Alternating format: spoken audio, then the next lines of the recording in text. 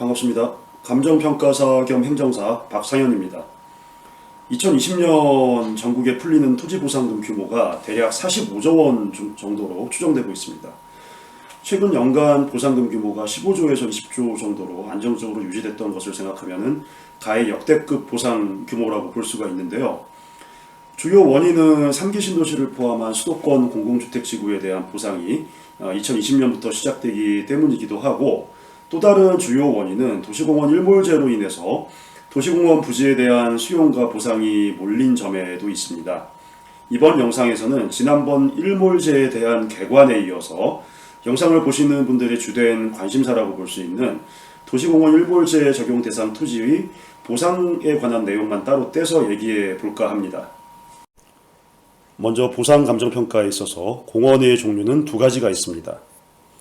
하나는 자연공원법 제4조 규정에 의해서 지정된 자연공원이고, 자연공원에는 국립공원, 도립공원, 군립공원, 지질공원 등 딱 들어봐도 제법 규모가 있는 공원들을 말합니다. 다른 하나는 도시공원인데, 도시공원을 규율하는 법률은 도시공원 및 녹지 등에 관한 법률이고, 도시공원 구역 지정은 국토계획법에 따라서 도시관리계획으로 지정하게 됩니다. 도시공원에는 소공원, 어린이공원, 근린공원, 체육공원 등 우리 주변에서 쉽게 접할 수 있는 소규모 공원들이 대부분입니다. 일몰제 대상이 바로 이 도시공원입니다. 그런데 자연공원과 도시공원을 평가하는 방법이 다릅니다. 감정평가사들이 보상평가를 할 때 적용하는 토지보상평가 지침 제23조 공법상 제한을 받는 토지 부분을 보면은 다음과 같이 되어 있습니다. 먼저 공법상 제한이란 해당 필지의 토지이용 계획 확인원을 떼보면은 국토계획법이나 다른 법률에 의해서 그 땅에 가해진 이용상의 규제나 제한을 말합니다. 건폐율이나 용적률, 허용되는 건축물 용도 등이 주된 규제 대상입니다. 그런데 그 제한에는 일반적 제한과 개별적 제한이라는 게 있습니다. 용어가 좀 어려운데요.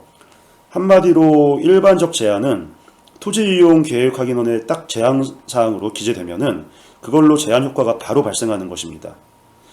개별적 제한은 반대로 토지이용 계획 확인원에 기재하는 것으로 바로 목적 달성이 되는 게 아니고 별도로 구체적인 사업 계획을 세워서 사업 진행을 해야 하는 제한사항을 말합니다.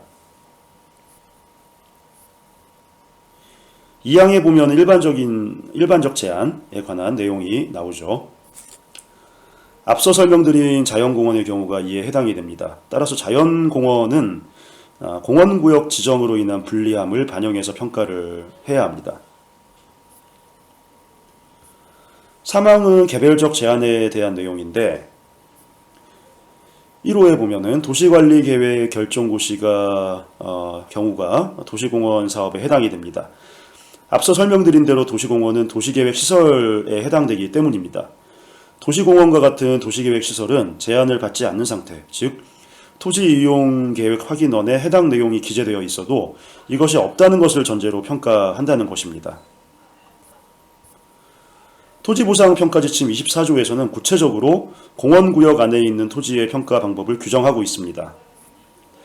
1항에 보면은 자연공원은 제한받는 상태 그대로 평가하라고 규정하고 있고, 2항에서 도시공원은 제한을 받지 않는 상태를 기준으로 평가하라고 명시적으로 규정을 하고 있습니다.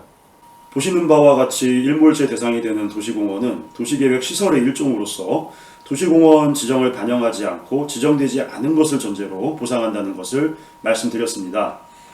도시공원 부지 내에 땅을 가지신 분들의 상대적 박탈감은 충분히 짐작이 됩니다.